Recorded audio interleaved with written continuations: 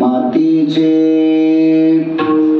तुका म्हणे अरूपीचे, तुका म्हणे अरूपीचे, सुख साचे निनावे संताची या चरण रजे, उतरू जे मातीचे पांडुरंगा करो प्रथम।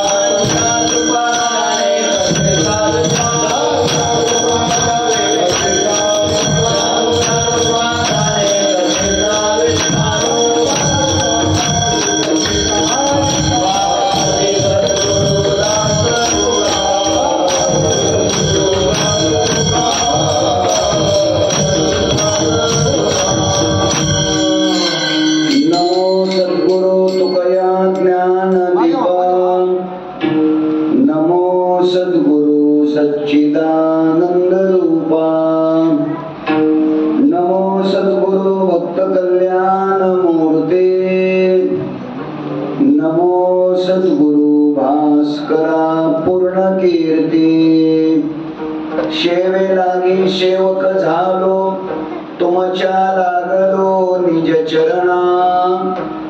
अहो स्वामी तुकया देवा, यावरी न करावा अभेरू, शरण शरण जी हनुमंता।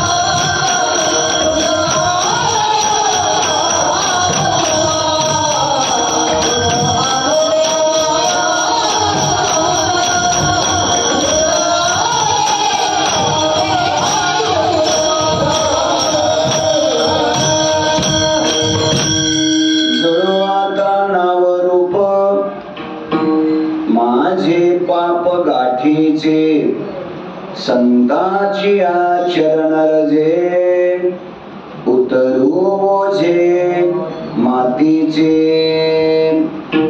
अनंत कृपा विभूषित विश्ववंद्य विश्वसंत संत श्रेष्ठ जगद्गुरु श्री तुकोबाराय यांच्या अभंग गाथेतील 4 चरणाचा अभंग सेवेकरिता घेतलेला आहे। या अभंगाच्या द्वारा संत श्रेष्ठ जगद्गुरु श्री तुकोबाराय संत कृपेने आपल्या जीवनामध्ये प्राप्त असलेल्या भगवत सुखाची मीमांसा करतात। विठ्ठल विठ्ठल विठ्ठल।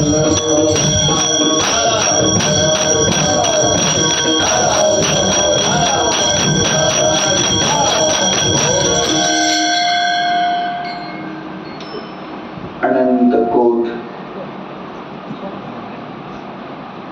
ब्रह्मांड नायक वासुदेव, अकारण कारण करुणा वरुणालय, अखिल गुणनिधान भक्तवत्सल जगदाधार, रुक्मिणी प्राण संजीवन भगवान श्री पंढरीश परमात्म्याच्या असीम कृपेद्वारा ज्ञान कैवल्य तेजोनिधी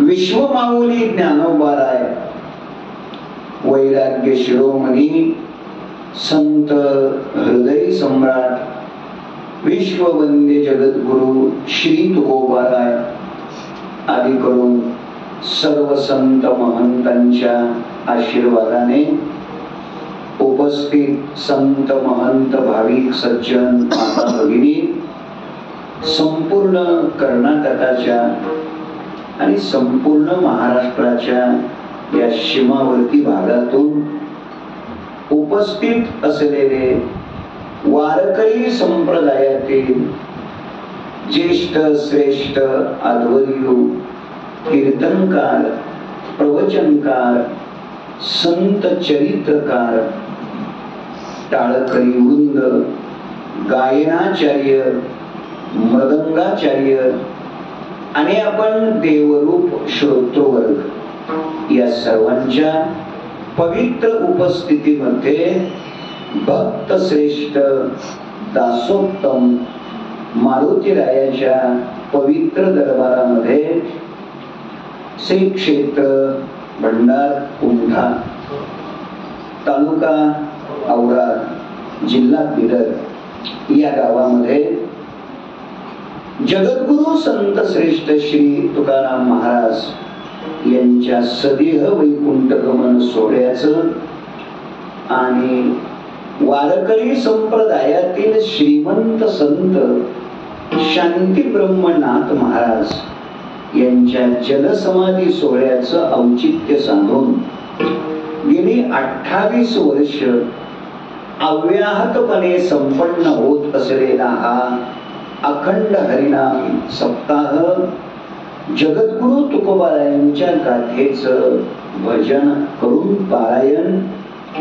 जगद्गुरु तुकोबारायांच्या जीवनावरती जगद्गुरु तुकोबारायांचं जीवन चरित्र कीर्तन महोत्सव आपण या ठिकाणी संपन्न करत आहात। वारकरी संप्रदायाचे थोर संत परमपूज्य परमश्रद्धेय भगवान श्री पंढरीरायाचे महान उपासक सद्गुरु धोंडोपंत दादा महाराज यांच्या कृपेने स्वानंद सुखनिवासी गुरुनाम गुरु सद्गुरु जोग महाराज यांच्या अनुकंपेने या परिसरातील व या गावातील सर्व कीर्तनकार सर्व प्रवचनकार टाळकरी गावातील सर्व भजनी तरुण अन्नदाते आणि आपण सर्वजण आपल्या सर्वांच्या पवित्र उपस्थितीमध्ये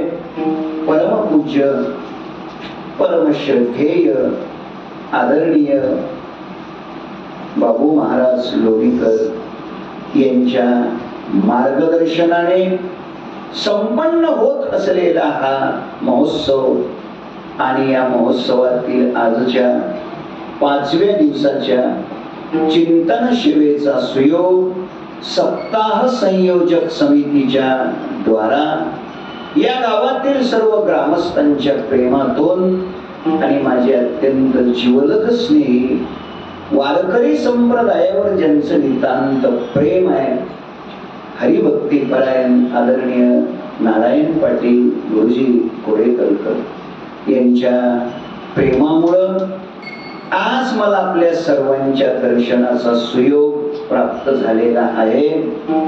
संकल्पित वेळेमध्ये म्हणजे राहिलेल्या 1.5 तासामध्ये आपण अभंगाचं चिंतन करण्याचा प्रयत्न करू। विठ्ठल विठ्ठल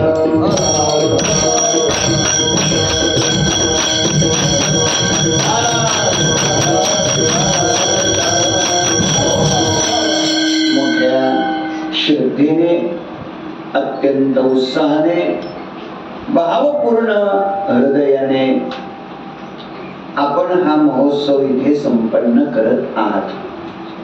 आपली बहिर्मुख इंद्रिये अंतर्मुख बनावी, आपलं चंचल अंतःकरण स्थिर शांत बनावं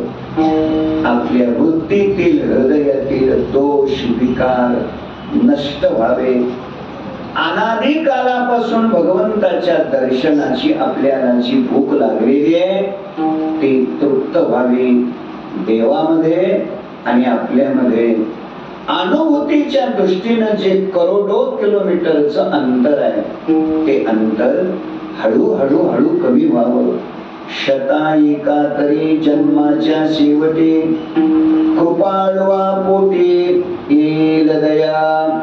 भगवान श्री पंढरीरायाला आपली दया यावी.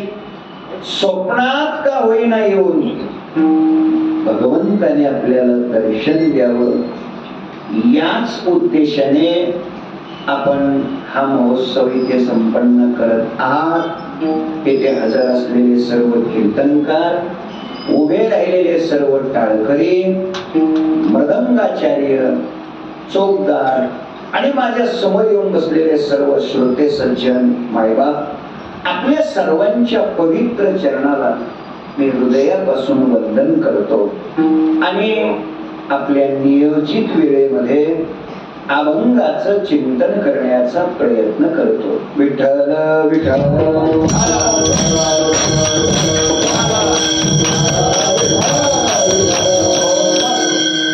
कीर्तनाच्या प्रारंभालाच मी आपणाला एक छोटीशी विनंती करतो. जर आपल्यापैकी कोणाकडे मोबाईल असेल, बहुतेक माझा अंदाज आहे आपल्यापैकी मोबाईल कोणाकडेच नसेल, पण जर समजा चुकून कोणाकडे असेल तर त्याचं नरड दाबून ठेवा. माननीय मुख्यमंत्री महोदय यांना सांगा सध्या मी कीर्तनात बसलोय, 11च्या नंतर आपण बोलू. काय तुमचं त्यांच्याशी असेल काम करू, 11च्या नंतर बोला.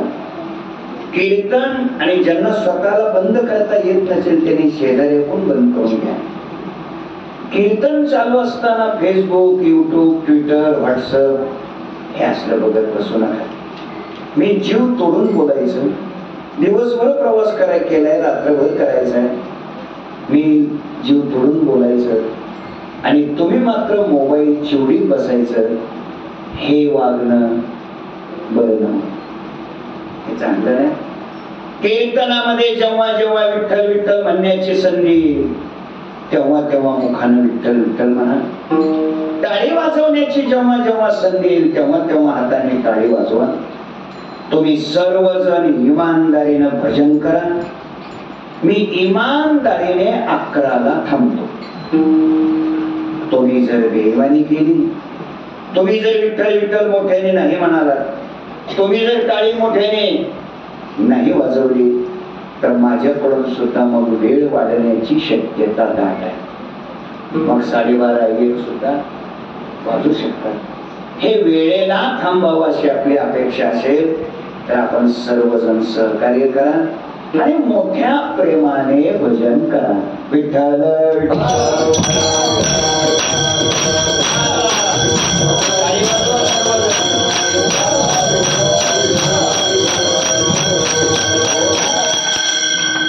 शेवेकरिता घेतलेला अभंग तुकोबारायांचा आहे.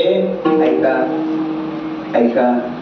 आणि या अभंगातून महाराज संत कृपेने आपल्या जीवनामध्ये प्राप्त असलेल्या भगवत सुखाची मीमांसा करतात. लक्ष द्या माझ्याकडे. मनुष्याच्या जीवनामध्ये सुख हे अत्यंत महत्वाचं आहे. ऐका. मनुष्य आपल्या जीवनातली प्रत्येक क्रिया सुखासाठीच करतो.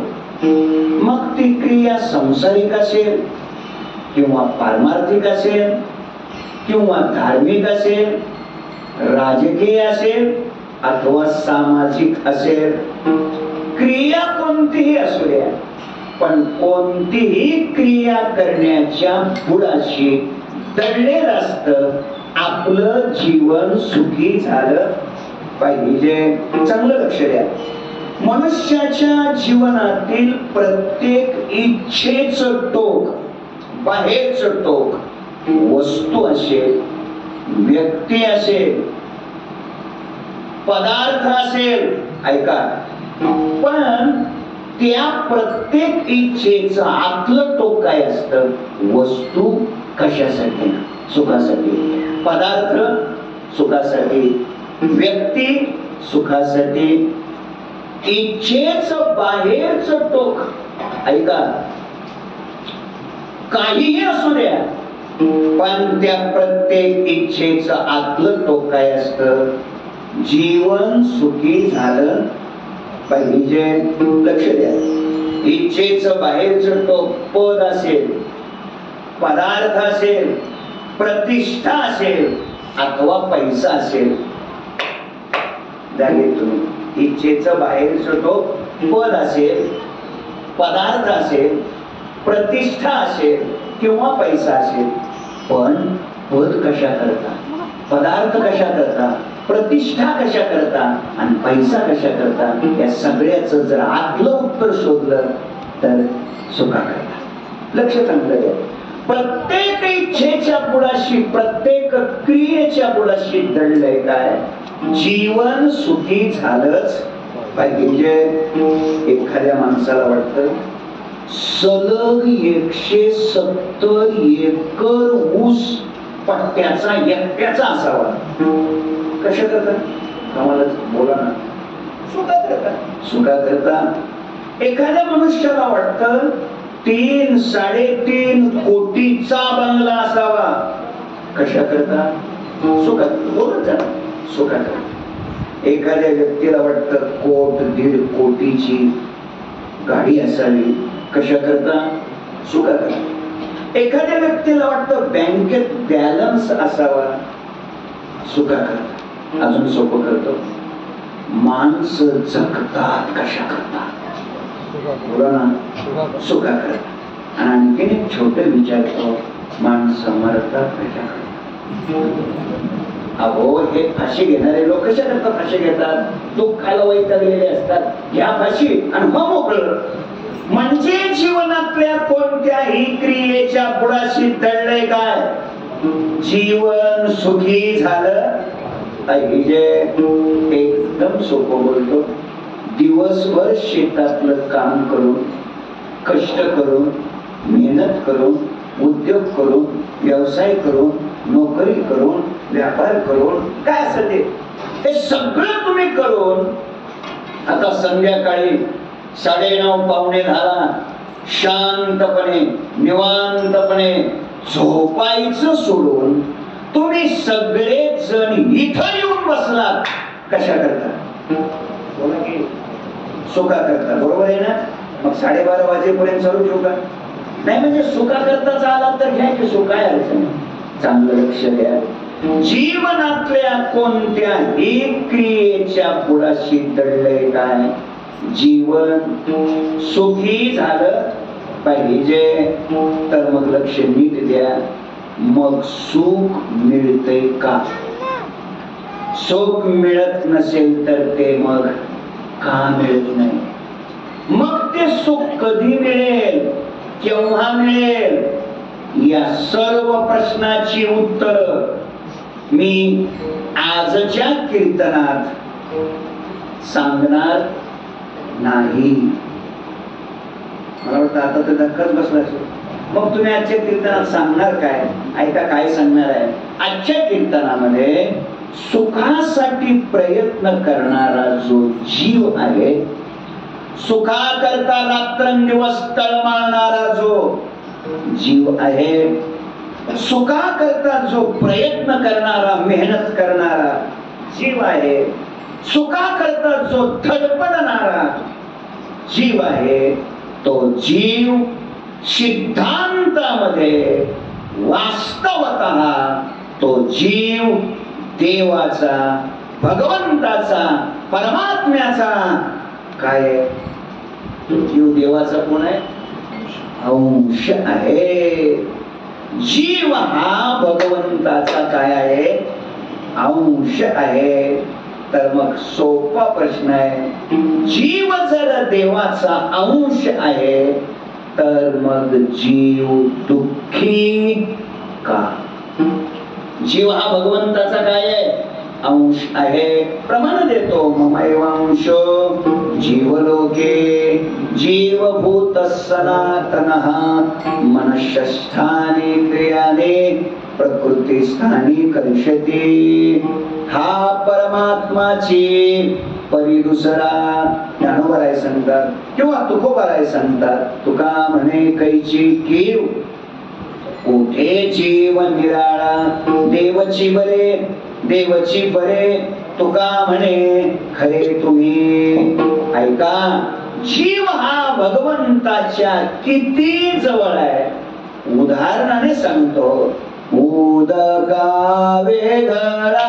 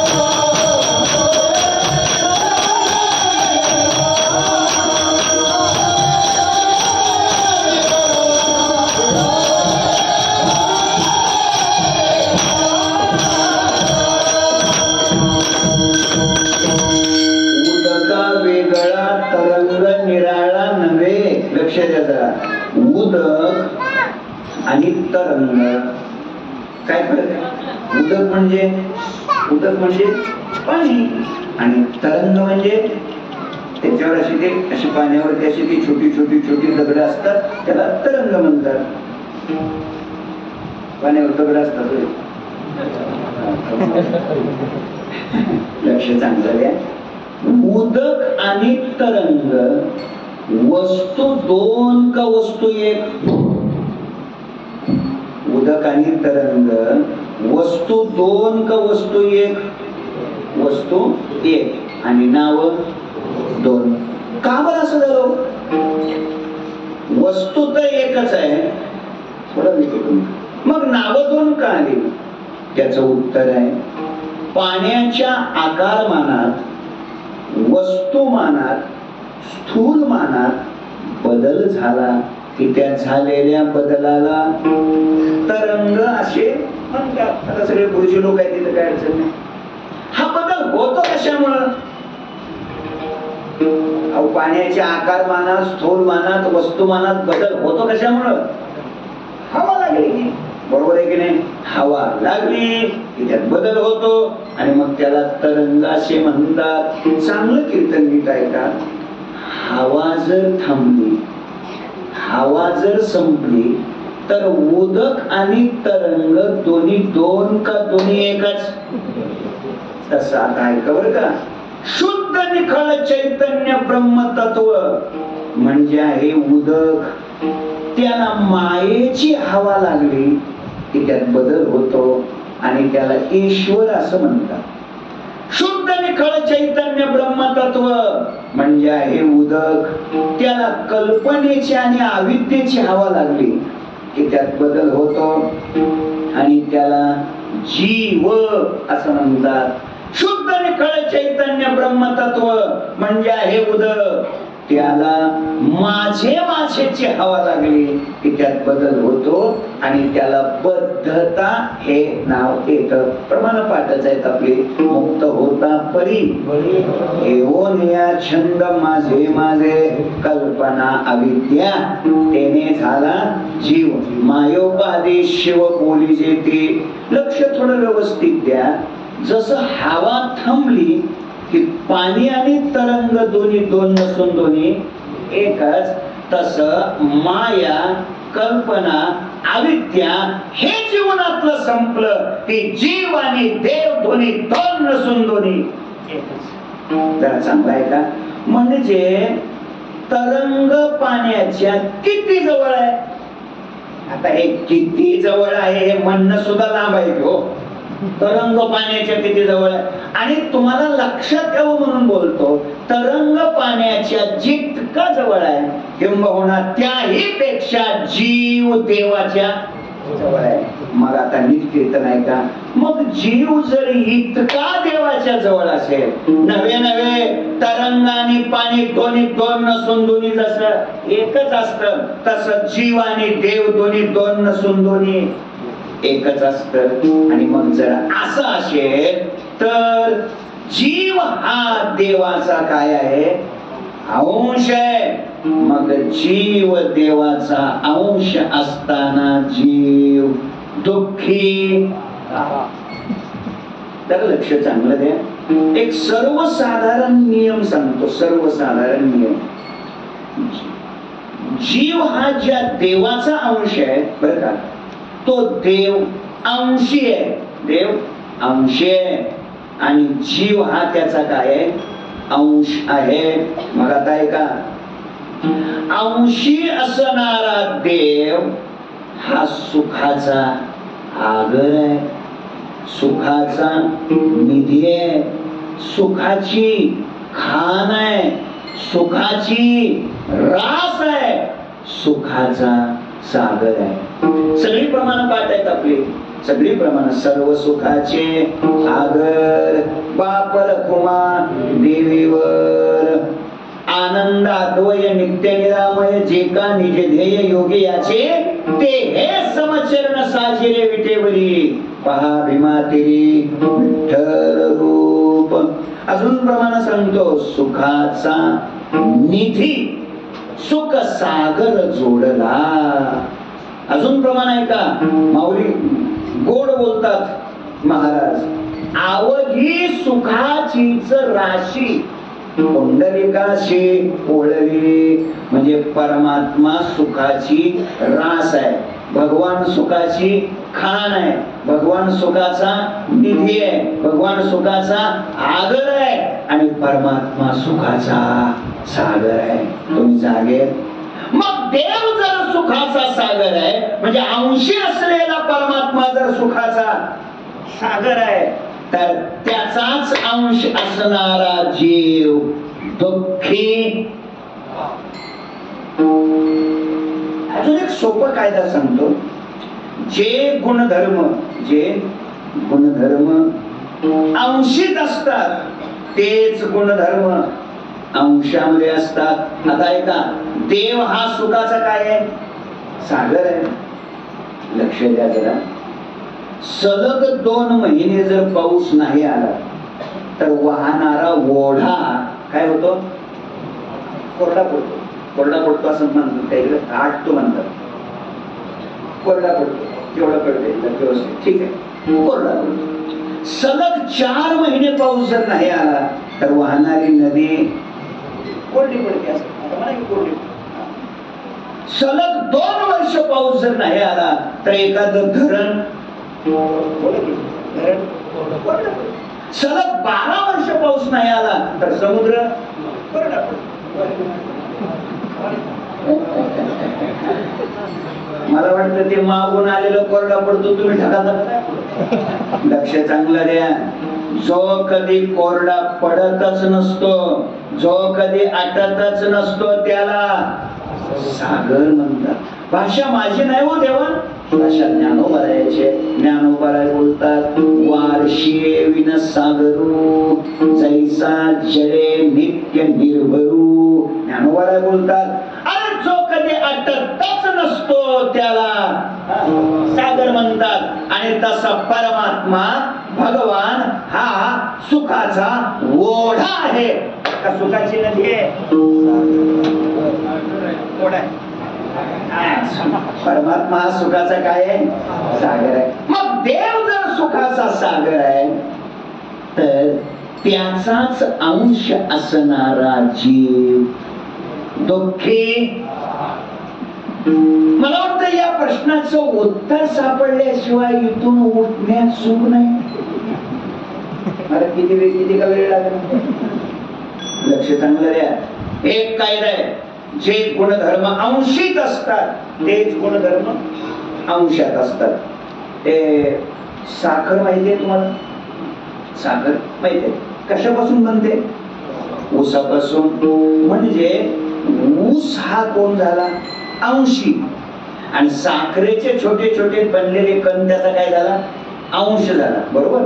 आता लक्ष द्या, अंशी असणारा ऊस चवीने गोड आहे, म्हणूनच त्याचा अंश असणारी साखर सुद्धा चवीने. अजून पुढचं बोलतो. तुम्हाला मीठ माहिती आहे का? लवकर बोला. माहिती आहे? विहिरीच्या पाण्यापासून मीठ बनवतात का बोरच्या पाण्यापासून मीठ बनवतात? बोल ना, घाबरू नको ना. समुद्राच्या. ठीक आहे. म्हणजे सागर समुद्र कोण झाला? अंशी. आणि मिठाचे छोटे छोटे खडे काय झाले? त्याचा अंश झाला. तर मला आता उत्तर द्या, अंशी असलेला सागर चवीने काय? म्हणूनच त्याचा अंश असणारा मीठ नसलेलं मीठ सुद्धा चवीने. कशाला जास्त लांबलो? या दोन उदाहरणातून आता तुमच्या हे पक्क ध्यानात आलं, जे गुणधर्म जपले काय, जे गुणधर्म अंशीमध्ये असतात तेच गुणधर्म अंशामध्ये असतात. पक्क झालं. आता मला सांगा, आपल्या आजच्या चिंतनात अंशी कोण आहे? देव. आणि अंश कोण आहे? जीव. बरोबर. मग अंशी असलेला देव हा सुखाचा सागर आहे, तर मग त्याचाच अंश असणारा जीव दुःखी का? हे शोधावं लागेल. त्याशिवाय कसं सुख मिळायचं? लक्ष द्या.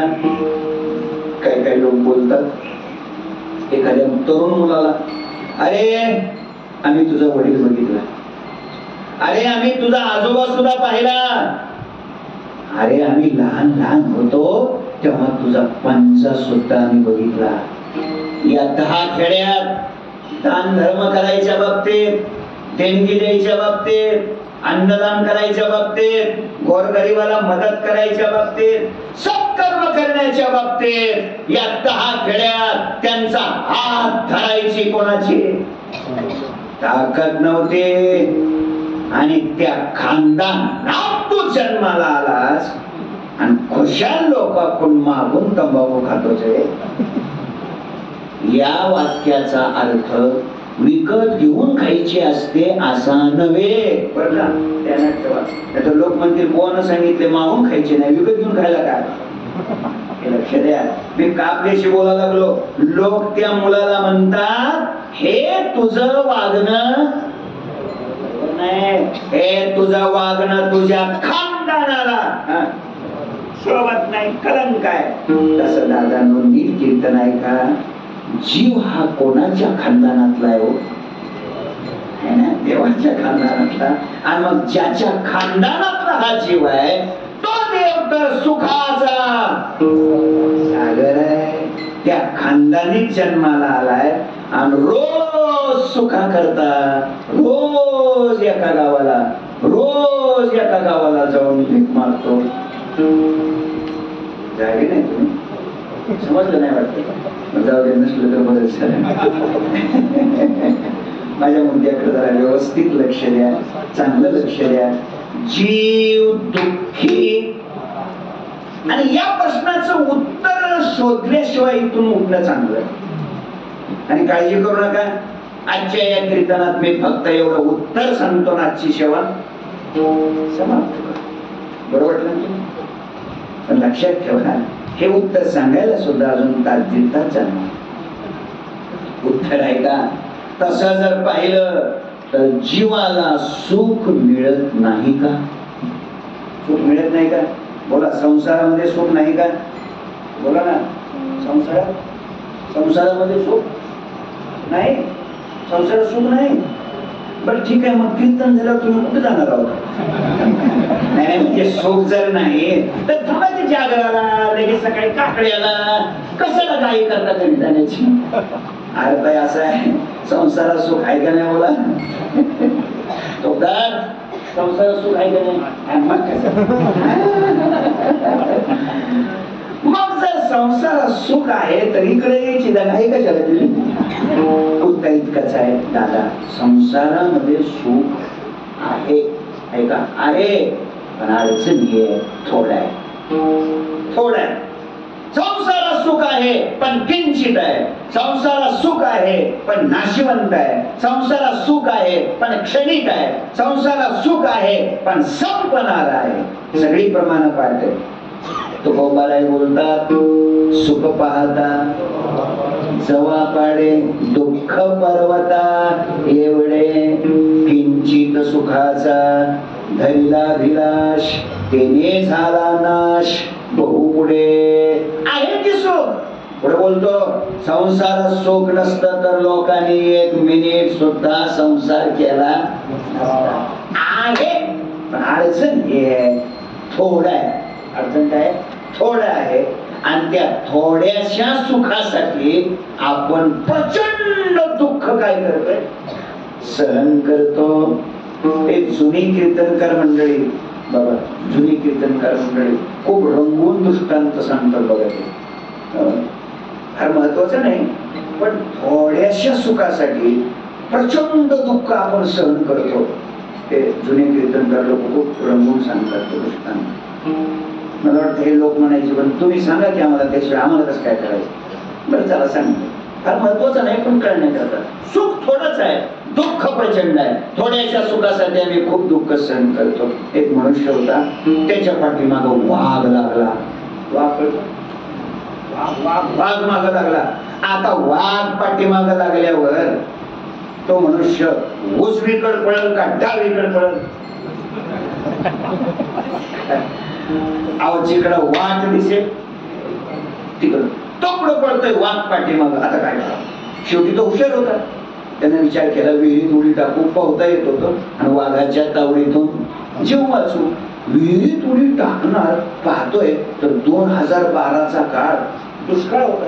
इकडं होता का नाही? 2012ला अहो लातूरला तर रेल्वेनं पाणी आहे, दुष्काळ होता. विहिरीत उडी टाकावी तर आठ परस विहीर कोरडी, पाण्याचा थेंब नाही. आत विहिरीमध्ये असा एक नाग होता. आता काय? विहिरीत उडी टाकावी तर विहिरीत नागोबा, विहिरीच्या काठावरच थांबावं तर पाठीमागून वाघोबा. आता काय करावं? पण संसार करणारी माणसं हुशारच. विहिरीच्या काठावर एक जुनं वडाचं झाड होत, त्याच्या पारंब्य विहिरीमध्ये लोंबकळत होते. या पट्ट्यानं अशी झेप मारली आणि त्या पारंबीला लोंबकळला. झाला असं, नेमकं त्याच पारंबीवर वरच्या बाजूला आग्या मोहोळ होत आणि याच्या हेलकाव्यानं ते मोहोळ काय झालं? उठलं आणि त्या सगळ्या माश्या येऊन त्याच्या अंगाला गुदगुल्या करू लागले. माश्या गुदगुल्या आता काय करा? खाली उडी टाकावी तर, विहिरीच्या काठावर उडी टाकावी तर, आणि तसंच लोंबकळत राहावं तर, माश्याचं होतं. काय करावं? पण लक्षात ठेवा, किती हाल आहे तो, किती बेजारी आहे. पण तेवढ्यात काय झालं? याच्या हेलकाव्यामुळं त्या मोहोळाचा कांदा फुटला. इकडे कांदा म्हणता का गड्डा म्हणतात? भागाभागात भाषा वेगळी. गड्डा फुटला आणि कधीतरी त्याचा एखादा मधाचा थेंब खाली पडायचा. तो मधाचा थेंब खाली पडताना या पट्ट्यानं जीव अशी काढायची आणि त्या जिभेवरती तो मधाचा थेंब बरोबर काय करायचा, झेलायचा. आणि महाराज तो मधाचा थेंब त्या जिभेवर झेलला की त्याला एवढा आनंद वाटायचा. त्यानं मनातल्या मनात म्हणायचं, तुका म्हणे जन्मा आल्याचे सार्थक. ऐका, कधीतरी पडणाऱ्या एखाद्या थेंबासाठी वाघही विसरला, नागही विसरला, चावणाऱ्या माशाही विसरला. कोण? हो, लोंबकळलेला माणूस. हे मी कोणाचं सांगतोय? त्या लोंबकळलेल्या माणसाचं. आणि त्या लोंबकळलेल्या माणसाचं सांगायसाठी मी इथं आलोय.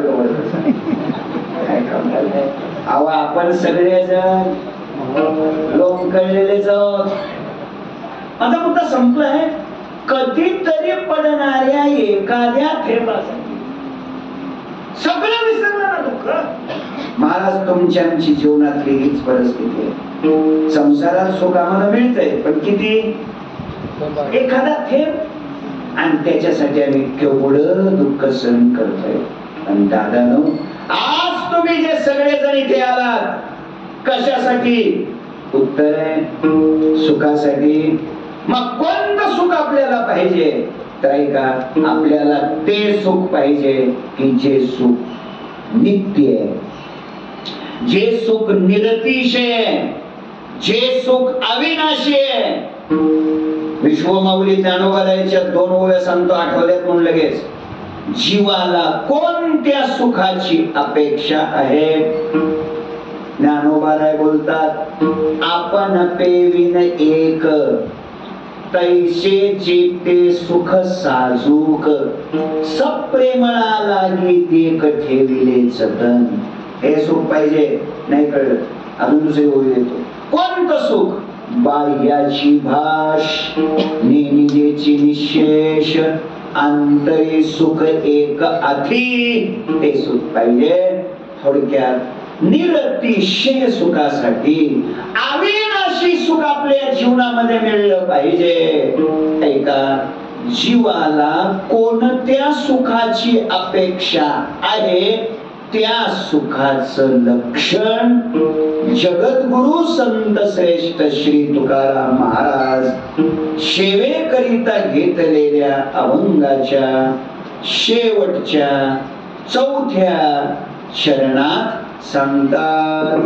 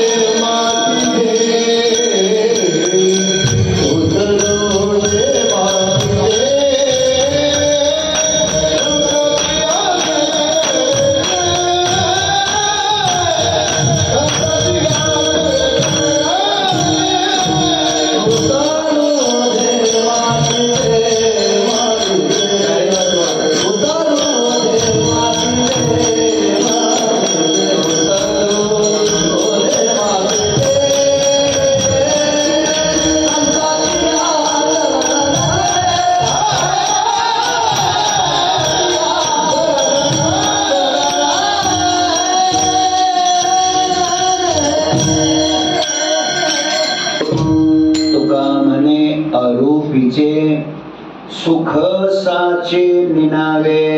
लक्ष द्या, अभंगाच्या शेवटच्या चरणामध्ये जगद्गुरु संत श्रेष्ठ श्री तुकाराम महाराज जीवाला कोणत्या सुखाची अपेक्षा आहे त्या सुखाचं लक्षण सांगतात, स्वरूप सांगतात. काय लक्षण सांगितलं? अरूपीचे एक, निनावे दोन आणि साचे तीन. तीन लक्षणे केली. आपण मुद्दाम शेवटच्या चरणामध्ये प्रवेश केलेला आहे. लोकांना थोडासा धीर येतो. झालं बाबा, आता शेवटच्या चरणात आले असं बरं वाटतं. तीन लक्षणं केली बघा. कोणती? तुका म्हणे अरूपीचे एक, निनावे दोन आणि साचे तीन. लक्ष जरा निघल्या. हे आरूपीचे म्हणजे काय? तुकोबाराय सांगतात, ज्याला रूप नाही ते, निनावे म्हणजे ज्याला नाव नाही ते, आणि साचे म्हणजे जे खरं आहे ते. ते सुख आम्हाला पाहिजे. लक्ष द्या जरा. ज्याला रूप असतं, ज्याला नाव असतं, सांगू का, ते खरंच नसतं. आणि पुढे आहे का, ज्याला ज्याला रूप असतं, ज्याला ज्याला नाव असतं ते खरं नसतं, आणि जे खरं नसतं ते सुखच नसतं. लक्ष द्या जरा. रूप आणि नावानं जे जे युक्त असतं ते ते नासक असतं, आणि ज्याला ज्याला रूप नसतं, नाव नसतं ते ते अविनाशी असतं. ऐका जरा. रूप आणि नाव हे दोन्ही अंश मायेचे शास्त्रानं सांगितलं, आणि अस्ति भाती प्रिय हे तीन अंश ब्रह्माचे. सचित सुखात्मकम ब्रह्म असं म्हटलंय, आणि नामरूपात्मकम जगत. जे जे रूपानं युक्त आहे, जे जे नावानं युक्त आहे ते ते नष्ट होणार असतं, नाशवंत असतं, संपणार असतं. तुकोबाराय सांगतात आम्हाला ते सुख नको आहे. ज्याला रूप नाही एक, ज्याला नाव नाही दोन, आणि जे खरं आहे तीन, असं सुख आम्हाला पाहिजे. मग आता ऐका, ज्याला रूप नाही, ज्याला नाव नाही, पुढे सांगतो, जे रूपरहित असतं, जे नावरहित असतं, ऐका, तेच खरं असतं. आता पुढे ऐका, जे रूपरहित असतं, नावरहित असतं, खरं असतं ते सुखच असतं. आणि पुढचं ऐका, जे रूपरहित आहे, नावरहित आहे, सत्य आहे आणि सुख आहे ते दुसरं तिसरं कोण नसून तो प्रत्यक्ष पांडुरंग परमात्माच आहे. आणि म्हणून असं ते पंढरीरायाचं, भगवंताचं सुख आम्हाला मिळालं पाहिजे. मला वाटतं लोकांना माझ्या आत्ताच्या या 2-2.5 मिनिटाच्या व्याख्यानाची थोडी तकलीफ झाली असेल. बरोबर आहे, तकलीफ झाली असेल. कदाचित तुम्हाला असं वाटलं असेल, चांगलं कीर्तन करता करता यांना मध्येच काय झालं. असं सांगित आहे, हे आरूपीचे, निनावे, साचे असे शब्द ऐकले की थोडा ताण येतो डोक्याला. तर चला एकदम सोपं करतो तुमच्या करता. जीवाला कोणत्या सुखाची अपेक्षा आहे, तर त्याचं वर्गीकरण मी 2 प्रकारात करतो. लक्ष द्या, ऐका. प्रत्येक जीवाला अशा सुखाची अपेक्षा आहे. कशा? प्रत्येकाला वाटतं आपल्याला मिळणार सुख हे खरं असलं पाहिजे. बरोबर? हे पहिली अपेक्षा काय माणसाची? आपल्याला मिळणार सुख हे खरं असलं पाहिजे. आणि अजून एक सांगतो, दुसरी काय अपेक्षा असते माणसाची? आपल्याला मिळणार सुख हे कायम टिकलं पाहिजे, म्हणजे ते टिकाऊ असावं. बरोबर? टाकाऊ नसावं. 2 प्रकारात वर्गीकरण केले मी. पहिला प्रकार काय सांगितलाय? आपल्याला मिळणार सुख हे खरं असलं पाहिजे, आणि दुसरी गोष्ट ते टिकाऊ असलं पाहिजे. पटवून देतो मी, सगळ्याच हीच अपेक्षा आहे बघा, पटवून देतो. ऐका, कीर्तन संपल्यानंतर तुम्हाला प्रत्येकाला 11 पर्यंत कीर्तन संपल्यानंतर तुम्हाला प्रत्येकाला मी 1000 रुपयाची नोट देणार.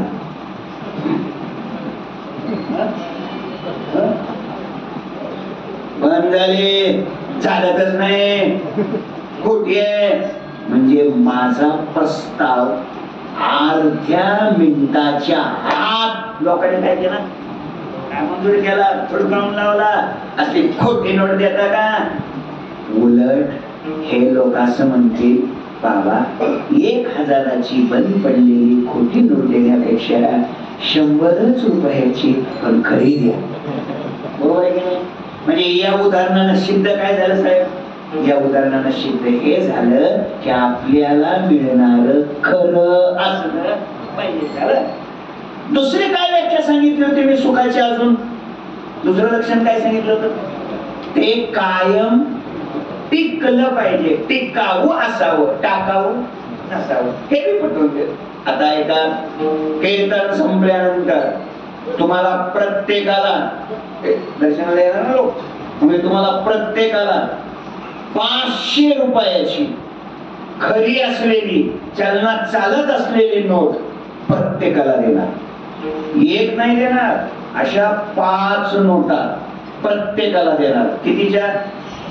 500 रुपयाच्या चलनात चालत असलेल्या 5 नोटा मी प्रत्येकाला देणार.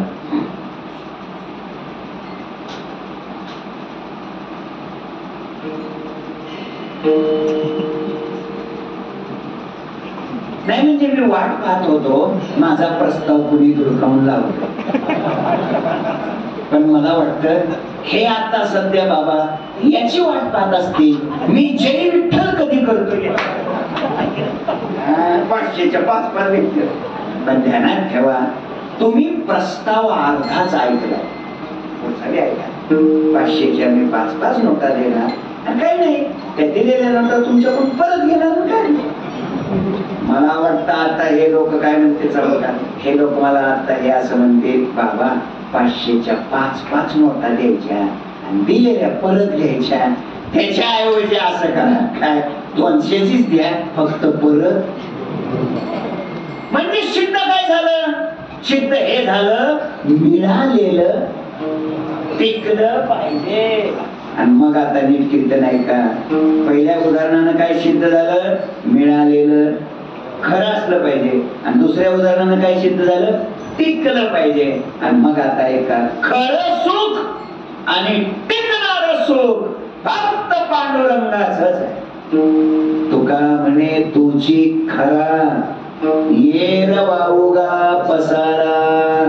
आणि म्हणून असं खरं सुख, टिकणारं सुख, या सुखाची अपेक्षा कोणाला आहे? प्रत्येक जीवाला. बरोबर. आणि अशी सुखाची अपेक्षा करणारा जीव हा देवाचा, भगवंताचा काय आहे? अंश आहे. आणि ज्याचा हा अंश आहे तो देव सुखाचा सागर आहे. तर मग जीव दुःखी. म्हणजे अजूनही त्या प्रश्नाचं उत्तर सापडलेलं नाही. आता लांबवत नाही, आता उत्तर देतो. आता उत्तर ऐका, का जीव दुःखी आहे? तर उत्तर ऐका. उत्तर असं आहे, एक वडील त्याने आपल्या मुलाला सांगितलं, दादा घरामध्ये जा, कोपऱ्यामध्ये कपाट आहे, काही अलमारी म्हणतात, अलमारी, त्याच्यामध्ये एक लोखंडाची डबी आहे आणि त्या डबीमध्ये परीस ठेवलेला आहे. तेवढी ती डबी घेऊन ये. कोणी सांगितलं? कोणाला सांगितलं? मुलाला. दादाला. दादा घरामध्ये जा, कोपऱ्यामध्ये अलमारी आहे, त्या अलमारीमध्ये एक लोखंडाची डबी आहे आणि त्याच्यामध्ये परीस ठेवलेला आहे, तेवढी ती डबी घेऊन ये. कोणी सांगितलं? वडिलांनी. कोणाला सांगितलं? मुलाला सांगितलं, दादाला. घरामध्ये कोपऱ्यात अलमारी आहे, त्याच्यामध्ये एक लोखंडाची डबी आहे, त्याच्यामध्ये परीस आहे आणि तेवढा घेऊन ये. कोणी सांगितलं हे? आता किती वेळा सांगू मी तुम्हाला हे? तीनदा झाले की अजून तेच सांगायचं का? काही डोक्यात शिरलं नाही का तुमचं? मग कवर ऐकायची तुम्ही असं ऐकता का लवकर म्हणायचं का नाही मला वाटलं आता बोलताल मग बोलता ऐका ऐका अलमारीत काय आहे लोखंडाची डबी त्याच्यात काय आहे सोनच व्हायला पाहिजे पण ती डबी लोखंडाचीच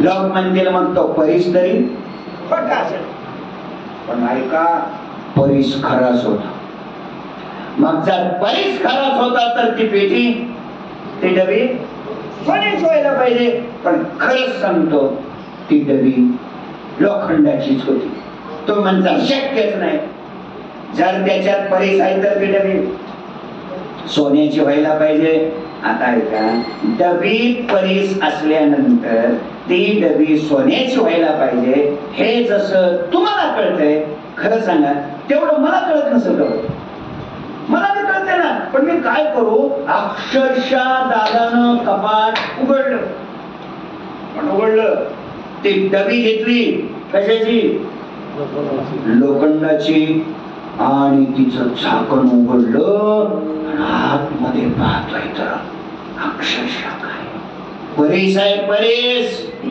मग परीस आतमध्ये असताना ती डबी सोन्याची का झाली नाही त्याचं उत्तर आहे तो परीस प्लॅस्टिकच्या कागदात गुंडाळलेला प्लॅस्टिकच्या कागदात गुंडाळलेला तुम्ही जागेत अजून काही कारण त्यावेळेस प्लॅस्टिक बंदी झालेली नव्हती मला उत्तर नीट द्या प्लॅस्टिकच्या कागदात गुंडाळून साधारणपणे किती महिने परीस त्या डबीत ठेवल्यावर डबी सोन्याची होईल बोलायची बोला होईल का चला बोला डबीत परीस नाही का डबीत परीस नाही का डबीत परीस नाही का बोला डबीत परीस नाही का बोला डबीत परीस नाही का बोला बोला डबीत परीस नाही का काही काही कळते का नाही डबीत परीस नाही का इथे आलेल्या कोणत्या डबीत परीस नाही बोला इथे आलेल्या प्रत्येक डबीमध्ये काय आहे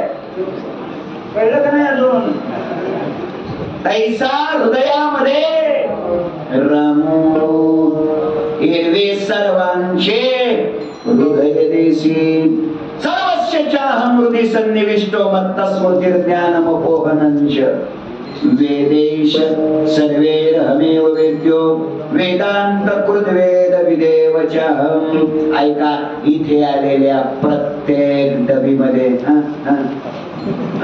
प्रत्येक डबीत काय आहे ना परेश मग तरी सुद्धा या सगळ्या डब्या अशा फोटो काढायसारख्या का अशा नाराज का तुमच्या माझ्या प्रत्येकाच्या हृदय रूपी पेटीमध्ये परमात्मा रूपी परेश आहे का नाही बोला देव रूपी परेश आहे का नाही बोला मग तसं असताना सुद्धा आपलं जीवन दुःखी तर ऐका लक्ष द्या डबीत परीस असूनही बाबा डबीत परीस असूनही ती डबी सोन्याची का झाली नाही त्याचं कारण आहे त्या डबीच्या आणि परीसाच्या मध्ये काय आडवा आला प्लॅस्टिकचा कागद बरोबर आहे की नाही कागद आडवा आला त्या कागदाचा प्रतिबंध आला आणि म्हणून ती डबी सोन्याची झाली नाही दादानो अगदी तसं तुमच्या माझ्या हृदयात सर्वांच्या हृदयात परमात्मा रूपी देव रूपी भगवान रूपी परीस आहे तरी पण आपलं जीवन सुखी होत नाही त्याचं कारण आहे देवाच्या आणि आपल्या मध्ये काय आडवा आलाय काय आडवा आलाय प्लॅस्टिकचा कागद देवाच्या आपल्यामध्ये काय आडवा आलाय प्लॅस्टिकचा कागद तेव्हा प्लॅस्टिकचा कागद म्हणजे जावा एखाद्या दवाखान्यात एखाद्या एमएस कडून घ्या ऑपरेशन करून कागद काढून मग काय करायचं मी काय काय कीर्तन लक्ष देऊन ऐका देवाच्या आपल्यामध्ये कागद आडवा आलाय इथपर्यंत उत्तर बरोबर आहे पण प्लॅस्टिकचा नव्हे मग कोणता कागद आडवा आलाय त्याचा विचार करायचा आहे दादानो तो विचार असा आहे, या देहाचं नाव आणि त्या नावाचा अभिमान. हा कागद आडवा आलाय, या देहाचं रूप आणि त्या रूपाचा अभिमान हा कागद आडवा आलाय. आणि मग लक्षात ठेवा, त्या डबीचं सोनं व्हावं असं वाटत असेल तर त्या प्लॅस्टिकला गुंडाळलेला कागद आपण काय केला पाहिजे, काढून फेकून द्यायचा. नका नका, अशी कागद कुठं फेकून देऊ नका. बिचारा देशाचा पंतप्रधान स्वच्छतेकरता खूप मेहनत घेतोय हो, अशी कागद कुठं फेकून देऊ नका. फेकून दिलेला कागद पुन्हा हवेनं येऊन गुंडाळण्याची दाट शक्यता. मग काय करायचं, मग काय करायचं, तो कागद काय करायचा, जाळूनच टाकायचा. एकदा का तो कागद जाळूनच टाकला की पुन्हा येऊन गुंडाळण्याची शक्यता. अगदी तसं तुमचं माझं जीवन सुखी न होण्याला कारण काय आहे, या देहाच्या नावाचा अभिमान रूपी कागद, या देहाच्या रूपाचा अभिमान रूपी कागद. मग काय झालं पाहिजे, तो अभिमान रूपी कागद, नावाच्या रूपाचा अभिमान रूपी कागद हा जळालाच पाहिजे. हा अभिप्राय सेवेकरिता घेतलेल्या अभंगाच्या पहिल्या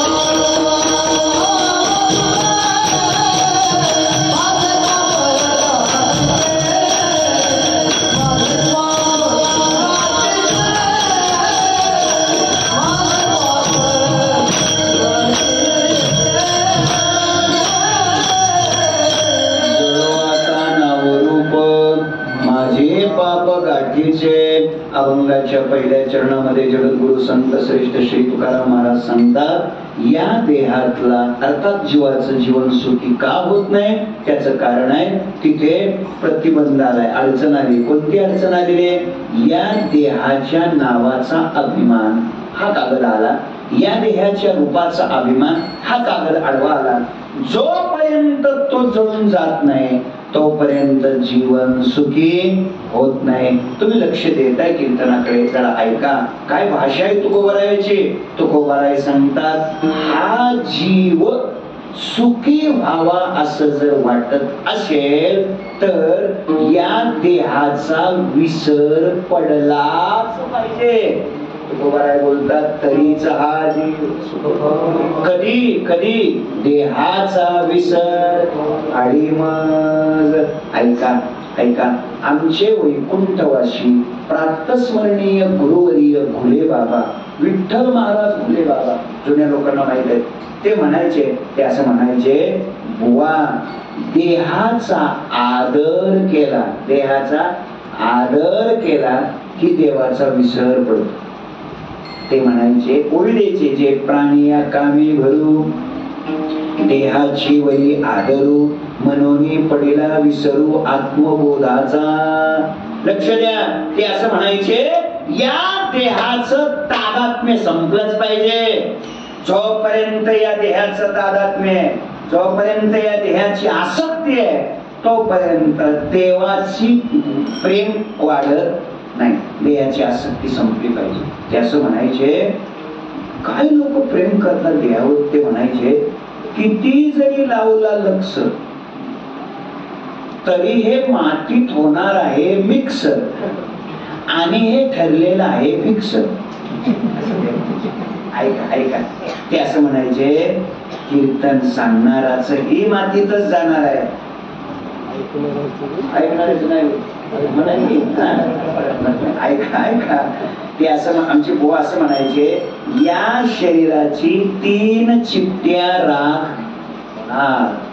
पुढे म्हणायचे, एक दिवस आपल्या हे शरीर मातीत होणार. पुढे म्हणायचे, एक दिवस याची माती होणार.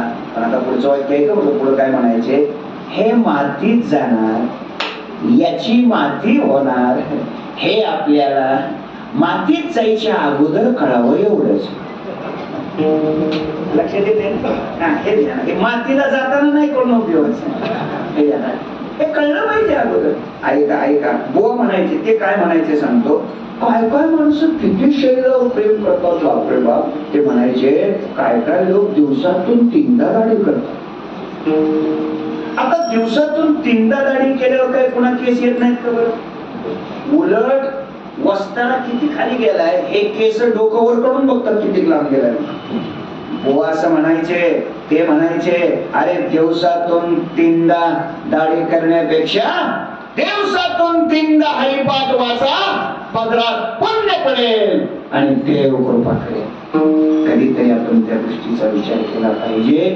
या देहाच्या, ऐका, रूपाचा अभिमान आपला संपला पाहिजे. एक जळता नाव, जळता रूप, रूपाचा अभिमान संपला पाहिजे. आता राहिले काय, नावाचा. हे तर प्रकरण खूपच अवघड, खूप कठीण आहे महाराज. नावाचा अभिमान फारच अवघड आहे. एका महाराजाच्या मुलीचं लग्न मी गेलो. ते लग्न झाल्यानंतर 8 दिवसांनी मला एका महाराजांची भेट झाली. आणि मग मी त्यांना विचारलं, का म्हटलं तुम्ही त्या महाराजाच्या मुलीच्या लग्नाला आले नव्हते? नव्हता म्हटले, नव्हता. तर का आले नव्हते? म्हटलं तुम्हाला पत्रिका नव्हती का? तर म्हणे मला घरी येऊन पत्रिका दिली त्यांनी. म्हटलं मग का आले नाहीत? मी पुन्हा विचारलं, म्हटलं तुम्हाला वेळ नव्हती का? ते म्हटले, अरे मला विचारूनच तारीख काढली होती. म्हटलं मग का आले नव्हते तुम्ही? म्हटलं तुमची तब्येत बरी नव्हती काय? नाही नाही म्हणे, आपल्याला मागं कोरोना होऊन गेलाय आता व्यवस्थित. मग का आले नव्हते? तुम्ही कुठे कीर्तनाला गेलते का? नाही म्हटले, सध्या नाही कोणी बोलवत आपल्याला. तुम्ही जागे, मग का तुम्ही आले नव्हते? म्हटलं तुम्हाला वेळ पण होती, पत्रिका घरी येऊन दिली होती, तुम्हाला विचारूनच तारीख काढली होती, बरोबर? तुमची तब्येत बी चांगली होती, तुम्ही कुठे बाहेर कीर्तनाला गेले नव्हते, मग तुम्ही का आले नव्हते? बरं, शिवाय म्हटलं पत्रिकेवर तुमचं नाव पण होतं. हे म्हटल्यानंतर मग त्यांना ते खूप सहन झालं नाही. ते म्हणले, तेच तर अडचण आहे. काय अडचण? कळतं का म्हणले त्यांना, कळतं का आमचं नाव कुठं छापावं, कळतं का? बघा म्हणले, बघा. त्यांना असं मांडीच्या खालची पत्रिका काढली, म्हणजे ते पत्रिकेवर बसलं होतं. मांडीच्या खालची पत्रिका काढली आणि बघा बघा म्हणजे माझं नाव कुठे छापलंय. ते काय असतं, पत्रिकेमध्ये काही विभाग असतात, कार्यवाहक, संयोजक, प्रेषक, आयोजक, जे कुठल्याच कामाचे नसतात, ती सगळी नावं पत्रिकेत असतात. तर आता ऐका, त्याच्यात एक विभाग असतो, त्याच्यात एक कोणता? आशीर्वाद. आणि त्या आशीर्वादाच्या विभागामध्ये यांचं नाव, महाराजांचं नाव छापलेलं होतं. पण अडचण ही होती, त्यांचं नाव 3ऱ्या क्रमांकाला छापलेलं होतं. त्याच्यावरती बाबू महाराजांचं एक नाव होतं आणि बाळू महाराजांचं एक नाव होतं. आहेत नाही बाळू महाराज?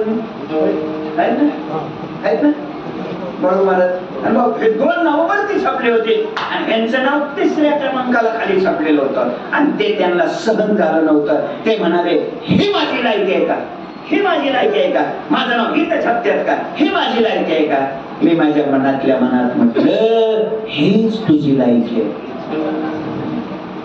म्हटलं बरं झालं रे, हा लग्नाला आला नाही. याच्या पोटात आगच पडलेली आणि हा त्या पोरीला आशीर्वाद काय द्यायचा? दादा हे मी कीर्तनाची वेळ वाढावी म्हणून सांगत नाही, ही गोष्ट सांगत नाही दादा, ही सत्य घटना सांगतोय. या गादीवर उभा राहून फक्त माझ्यावर एवढाच उपकार करा, त्या महाराजाचं नाव विचारू नका. एवढं मी सत्य बोलतोय. काय कुठल्या विचारसरणीत आहोत आम्ही? सांगा ना, काय बिघडतं नाव कुठे छापले ना? छापलं काय, नाही छापलं काय, खाली छापलं काय, वरी छापलं काय, काय त्याच्यात अडचण आहे? कधीतरी आम्ही या विचारसरणीतून बाहेर पडायला शिका, ते फार महत्वाचं आहे. जळवाता नाव, जळवाता रूप, काय काय जळून गेलं पाहिजे. पुष्कळी आहे, 2-3 प्रमाण देतो, वेळेत थांबायचंय. तुकोबाराय सांगतात, काय काय जळालं पाहिजे. जळो ते जाणीव, जळो ते शहाणीव. 5-6 चरण चालून आहे बघा, घरीच गोड आहे, घरी गेलो बघा.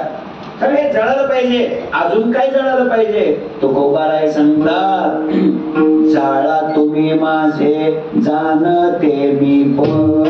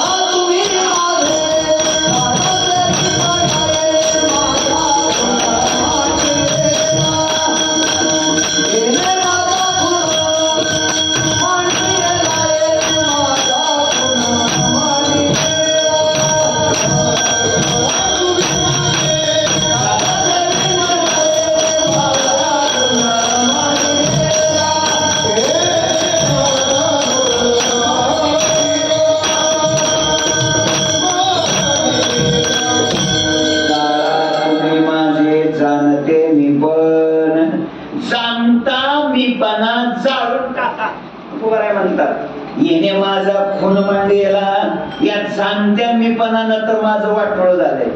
जाळून टाका. अजून काय जाळून टाकायचं? गोडाभंग आहे, गोड चरण आहे. तुकोबाराय सांगतात, आगीला गो तया सुखा, जेणे हरी नाही मुखा. पुढे ऐका, जळो ते समूळ, धन संपत्ती उत्तम कोश.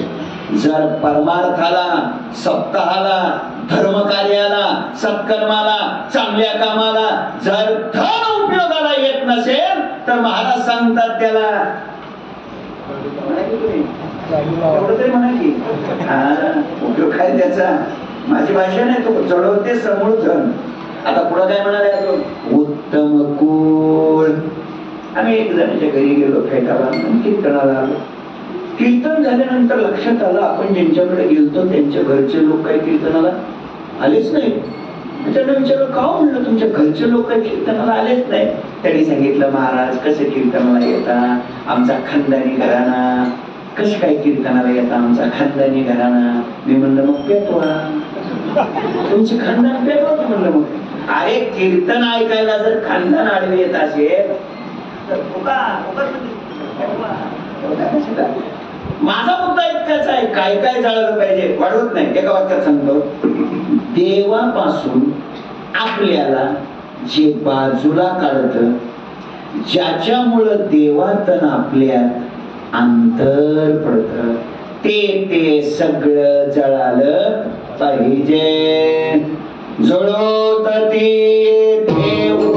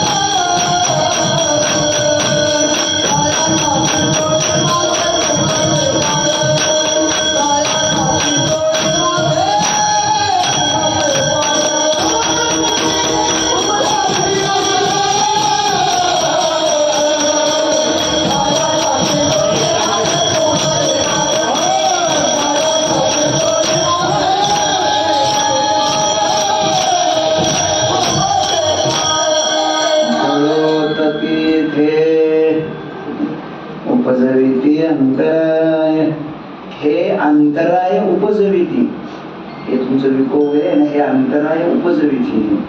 जळवत येथे देवातन आपल्या ज्याच्यामुळं अंतर पडत दादा, मग ती सत्ता असेल, मग ती संपत्ती असेल, मग ते ज्ञान असेल, मग ती कला असेल, मग ती ताकद असेल, मग ते तुमचं सौंदर्य असेल, काही असो, ज्यामुळं देवातून आपण बाजूला जाऊ लागलो ते सगळं काय झालं पाहिजे, जळालंच पाहिजे. जळू आता नाव, जळू आता रूप, माझे पाप गाठीचे, त्याच्यामुळं झालेलं पाप जळालं पाहिजे. थोडक्यात नावाचा अभिमान जळून जावा, रूपाचा अभिमान जळून जावा. तुम्ही लक्ष देताय कीर्तनाकडे, खरं सांगा, माणसाच्या जीवनात अभिमान असावा का नसावा? अभिमान असावा. कोणीतरी नसावं म्हणते, कोणीतरी असावं म्हणते. त्यांना माहिती आहे दोन्हीतले एक उत्तर आहेच. तर लक्ष द्या, माणसाच्या जीवनामध्ये अभिमान जरूर असावा, जरूर असावा.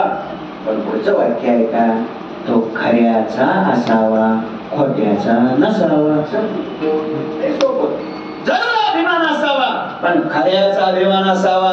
5 पिढ्या झालं, महिन्याची पंढरपूरची वारी आमच्या घराण्यात आहे, या गोष्टीचा माणसाला अभिमान असलाच पाहिजे. हे लक्षात ठेवा, पडत नाही मी आता. जे चांगलं आहे त्याचा अभिमान जरूर असावा, खऱ्याचा असावा, खोट्याचा नसावा. त्याचं कारण बोलतो, खोट्याचा अभिमान दुःख दिल्याशिवाय राहत नाही, खोट्याचा अभिमान दुःखच देतो. हा अभिप्राय महाराज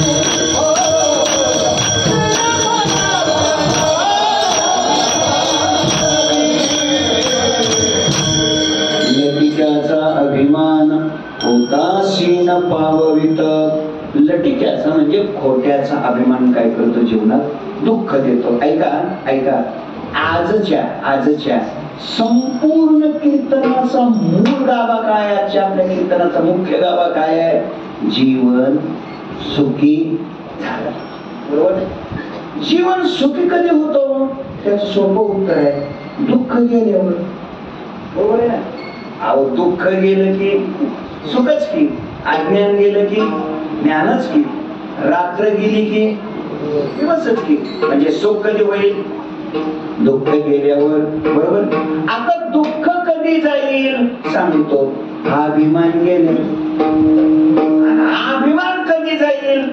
ज्याचा अभिमान आपण पकडलाय ती वस्तू तो पदार्थ खोटा आहे असं कळलं की अभिमान जातो. अभिमान गेला की दुःख गेलं, दुःख गेलं की सुखच झालं, आणि सुख झालं की कीर्तन संपलं. पुन्हा कशाला कीर्तन करायचं? समजलं की नाही? म्हणजे सुख होण्याकरता दुःख गेलं पाहिजे, दुःख जाण्याकरता अभिमान गेला पाहिजे, आणि अभिमान संपण्याकरता आपण ज्याचा अभिमान पकडलाय ती वस्तू किंवा ती व्यक्ती किंवा तो पदार्थ खोटा आहे असं आपल्याला समजलं पाहिजे. एकदम सोपं पटवून देतो बघा. खोट आहे कळलं, अभिमान राहत नाही. अभिमान गेला, मोह गेला की दुःख गेलं, दुःख गेलं की सुखच झालं, आणि सुख झालं की जय विठ्ठल झालं. सोपं सांगतो.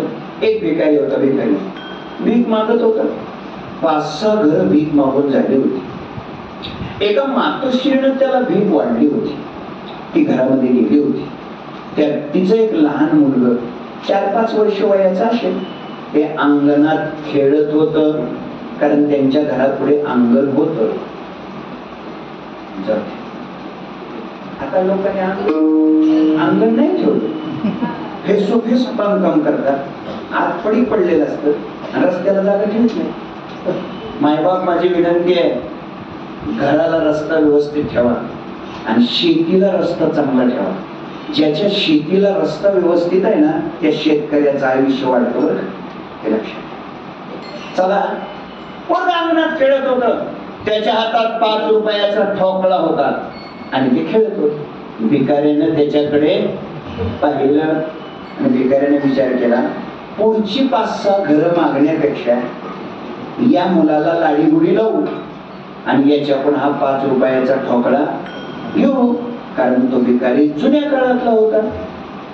नाही कळलं म्हणजे 5 रुपयावर त्याचं भागत होत. त्यामुळं तो भिकारी तिथं घुटमळत होता. घुटमळणं कळतं का तुम्हाला?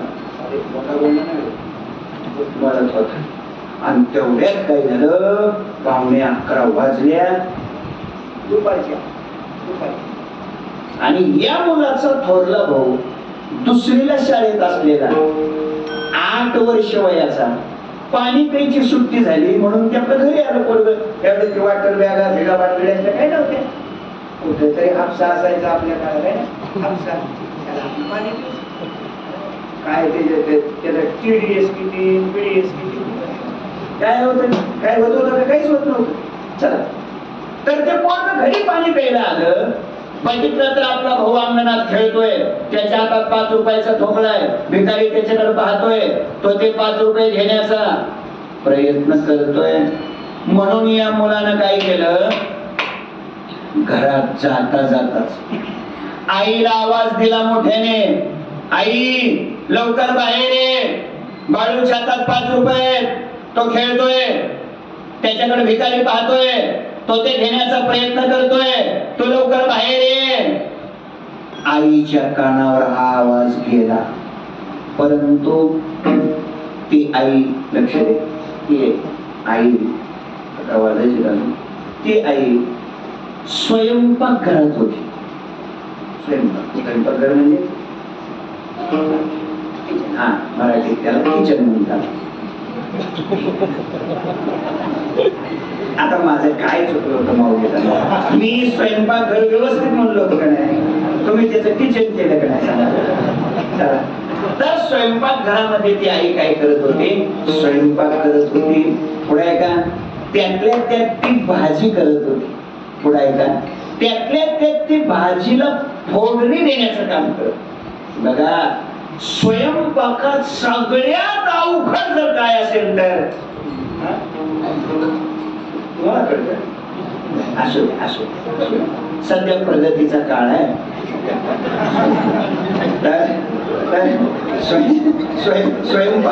स्वयंपाकात सगळ्यात अवघड काय, ऐका ऐका, जिला फोडणी जमली तिला सुगरण म्हणतात, है ना. सुगरण काय दुसरा शब्द आहे. तिला फोडणी जमली, तिला सुगरण म्हणतात. नाही तर साहित्य कोणाकडे नसतं, साहित्य प्रत्येक जणीकडे असतं. फोडणी जमली पाहिजे, साहित्य कुणाकडे नसतं. गाथा, ज्ञानेश्वरी, भागवत, गीता, पंचदशी, विचारसागर कुणाकडे नसतो. फोडणी जमली, फोडणी जमली की रोज तारीख.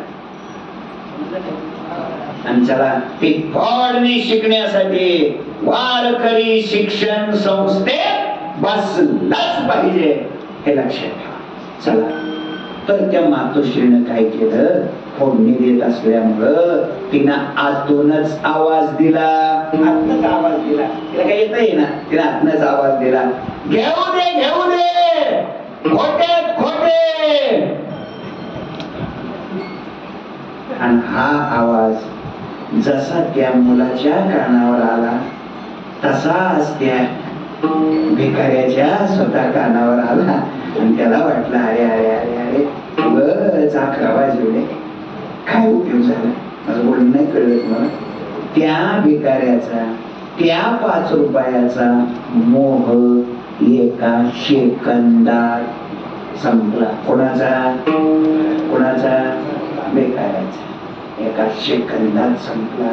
मोह संपला, दुःख संपलं, दुःख संपलं की जीवन सुखीच झालं. विठोबा रखुमाई